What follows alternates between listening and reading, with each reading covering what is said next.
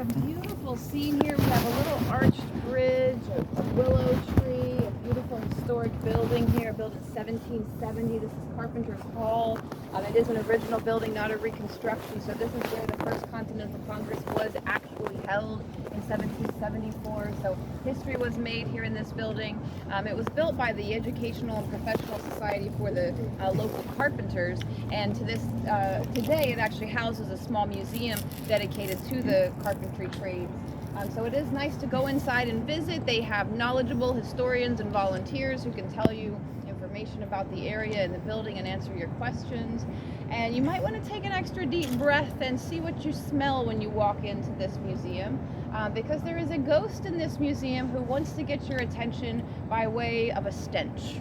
He is not very polite about it. He definitely wants to get our attention, and people have reported smelling this foul smell when they simply go in to visit the Carpenter's Hall Museum today. At first they will think it's an animal who has maybe gotten into the walls and died, but if they ask around and ask the people working at the museum that day, they may find out the real story, which is that it comes and goes the way that no rotting animal smell would do. It's here one day, gone the next, and only some people seem to be capable of smelling it.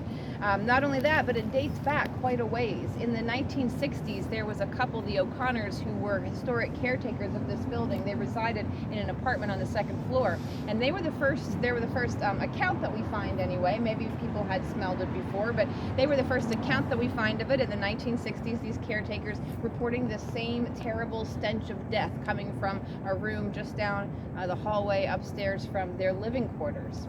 And again, it would come and go, so they knew that it wasn't an animal dying and rotting in the walls. It would be gone the next day, which, if you've ever dealt with something like that, you know is not the case with an animal in the wall.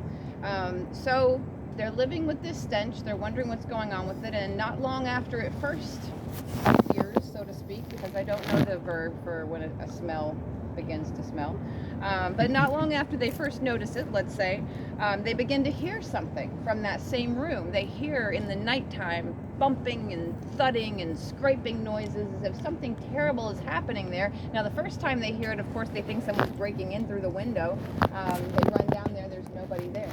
There's nobody there at all, and the noises have stopped when they reach the room. Now, they hear this time and time again. And being historians and being the historic caretakers of the building, they know that the room that the smell and the noises are coming from is a room that used to belong to Tom Cunningham. This building has been rented out for a lot of purposes over the years. There have always been apartments rented out, not currently, but on the second floor.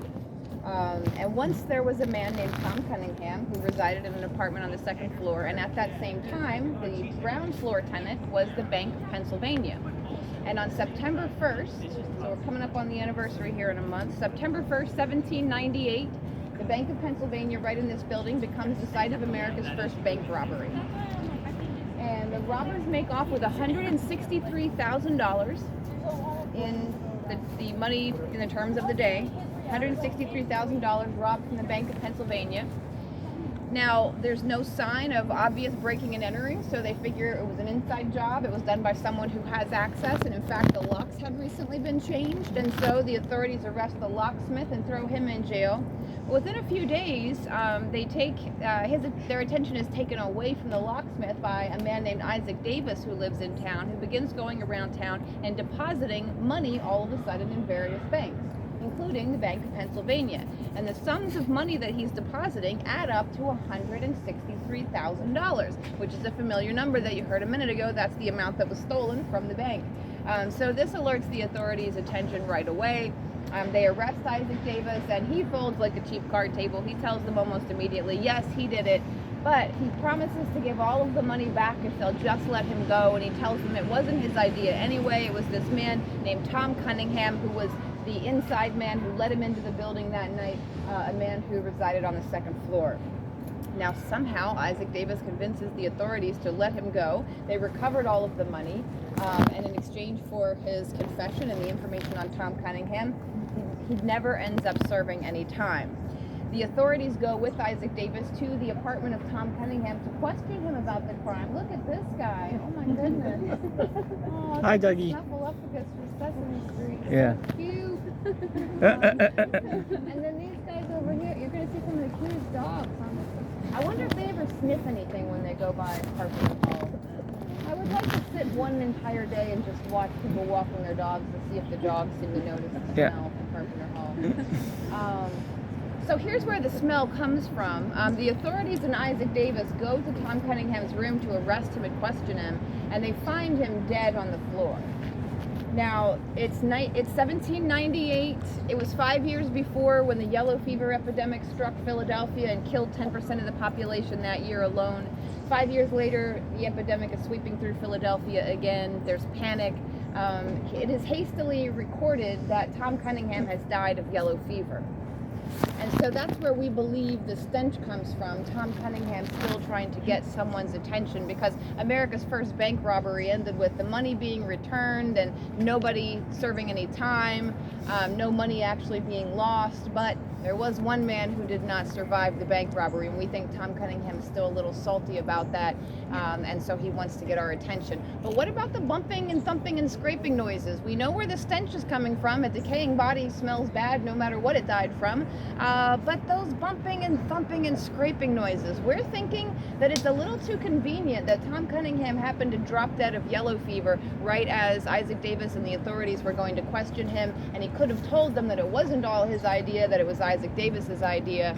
There is a theory afoot that Isaac Davis actually had something to do with Tom Cunningham's demise, and that Tom Cunningham's ghost is now trying to let us know he didn't die of yellow fever, but he was murdered in that second floor room. I'll let you decide. I have no way of actually verifying it one way or another, but I think that there was probably some foul play involved, if you ask me. And if not, I'm just slandering a dead man. That's why I love history. It's just gossip about dead people. Lots of fun. So Carpenter's Hall, a ghost that gets your attention with the smell. Now, the lovely arched bridge and the willow tree, they are on the banks of a large dry creek bed. Just looks like a big ditch running through the park here. That ditch used to follow the path of historic Dock Creek that ran through here back in the 1600s. By the time Bishop William White and his family moved into the house at the end of this lane in 1788, Dock Creek has been covered over, turned into Dock Creek Sewer, and this whole area was not as pleasant as you see it and smell it now. So imagine if a putrid sewage way was running right through there where that ditch is, as we make our way through this section of the park by Bishop White's house.